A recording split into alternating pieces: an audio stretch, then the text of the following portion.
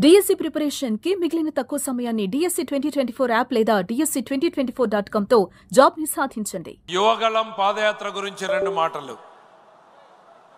నడవలేడన్నారు, నడక మొదలు పెడితే నడవనివ్వమన్నారు. సభలు పెడతామంటే వేదిక లేకుండా చేశారు. రోడ్డు మీద మీటింగ్ పెడతామంటే రోడ్డు మీదనే అవకాశం లేకుండా చేశారు. చిన్న స్టూల్ ఎక్కి మాట్లాడితే స్టూల్ లాగేశారు. మైకులు లేకుండా చేశారు. కానీ ఆ స్వరం ఆగలేదు. ఇందాక పెమ్మసాని గారు చెప్పినట్టు తరం మారింది, స్వరం మారింది. ఆ స్వరం ఈ రాష్ట్రాన్ని 3132 కిలోమీటర్ల పాటు ఆ పాదయాత్ర కొనసాగింది.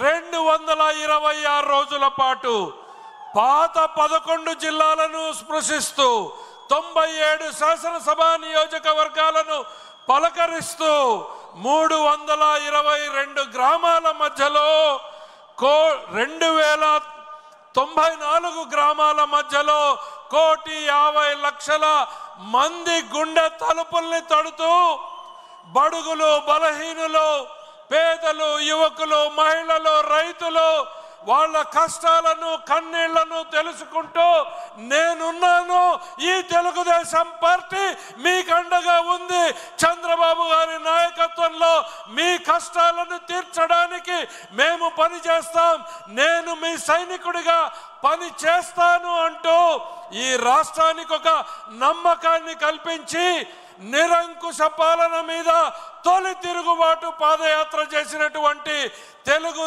సైనికుడు, తెలుగు సేనాధిపతి మన నారా లోకేష్ గారు తన యాత్ర అనుభవాలని పుస్తక రూపంలో పొందుపరిస్తే తొలి కాపీని భారత ప్రధాని మన ఎన్డీఏ పార్టీ భాగస్వామైనటువంటి నరేంద్ర మోడీ గారికి ఇవ్వడం జరిగింది.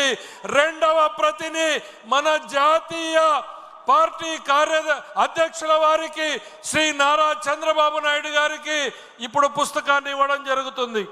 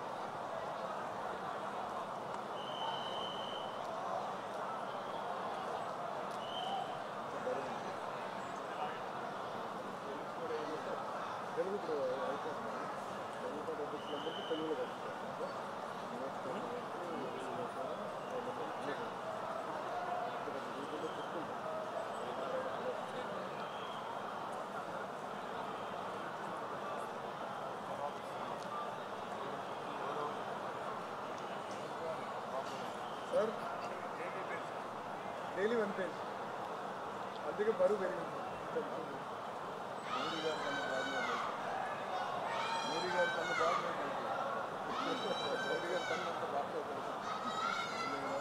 ఎందుకన్నా ఇరికించాలంటే డైరెక్ట్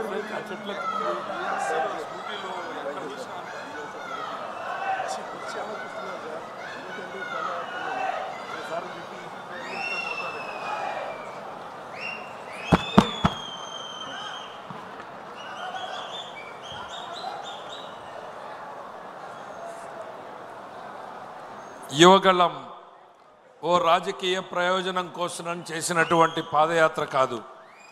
ప్రజల కష్టాలను, ప్రజల కన్నీళ్లను వాళ్లకు బాసటగా నిలవడానికి ప్రభుత్వ విధానాలను యువగళం అనుభవాలతోటి అనుసంధానం చేస్తూ సరైనటువంటి మార్పులను ప్రభుత్వంలో కొనసాగించడానికి ఉపయోగపడేటువంటి కార్యక్రమం. అందుకే సంవత్సర కాలం తర్వాత కూడా పార్టీలో యువగళం అనేటువంటి నినాదంగానే కాదు, అదొక విధానంగానే కొనసాగుతుంది అని ఇవాళ 6 శాసనాల్లో అది కూడా ప్రధానమైనటువంటిది అనేటువంటి తెలియజేసుకుంటూ తర్వాత సభా కార్యక్రమంలో ముందుకు పోవడం జరుగుతుంది. మరొకసారి గుర్తు చేస్తా ఉన్నా, వర్కింగ్ లంచ్ ఉంది, భోజనాలు నడుస్తూ ఉన్నాయి, సభా కార్యక్రమం కొనసాగుతూనే ఉంటుంది. విడతల వారీగా వెళ్ళాలనుకున్న వాళ్ళు వెళ్ళి భోంచేసి రావచ్చు. వేదిక మీద ఉన్న వాళ్ళు కూడా మీరు వెళ్ళాలనుకున్న వాళ్ళు వెళ్ళి రావచ్చు అనేటువంటి తెలియజేసుకుంటూ సభా కార్యక్రమాన్ని నడపడం కోసం ఈ యువగళం స్ఫూర్తిగా యువతకు అవకాశాలు ఇవ్వాలి, కొత్త వారిని కూడా అన్ని స్థానాల్లోనూ అవకాశం ఇవ్వాలి అనేటువంటి ఆలోచనతో సభా కార్యక్రమాన్ని నిర్వహించడానికి ఇప్పటికే రామ్మోహన్ నాయుడు మరి రాజు గారు మరొకసారి ఇప్పుడు మరొక యువకుడికి తెలుగుదేశం పార్టీ అవకాశాన్ని ఇవ్వడం పోతా ఉంది. విజయనగరం జిల్లా పార్లమెంటరీ పార్టీ అధ్యక్షుడు డిసిసిబి ప్రెసిడెంట్ శ్రీ నాగార్జున గారు ఉన్నారు. యువకుడిగా సభా కార్యక్రమాన్ని నడపాల్సిందిగా ఆయన ఆహ్వానిస్తున్నాను.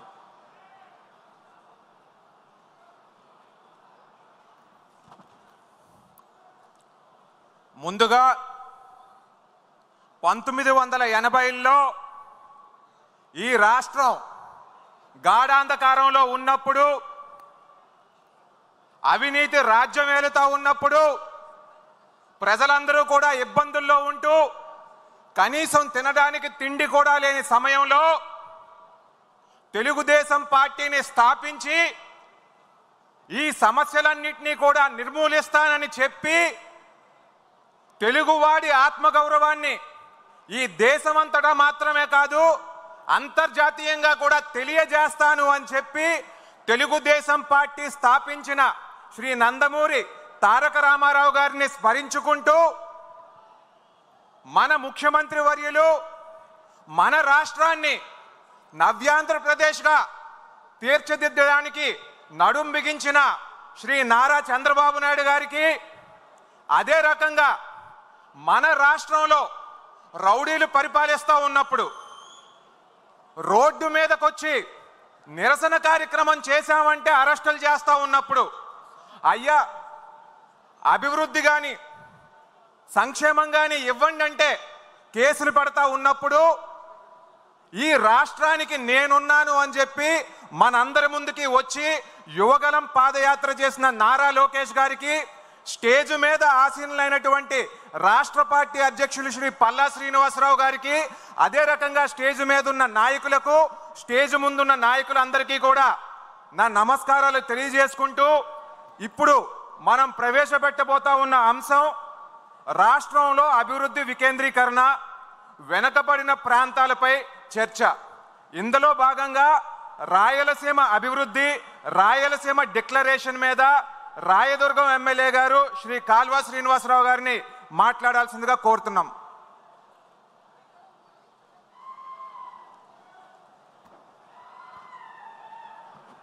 సభాధ్యక్షులు పూజ్యులు నారా చంద్రబాబు నాయుడు గారికి, యువ నాయకుడు నారా లోకేష్ బాబు గారికి, మహానాడు వేదిక పైన ఆసీనులైన పార్టీ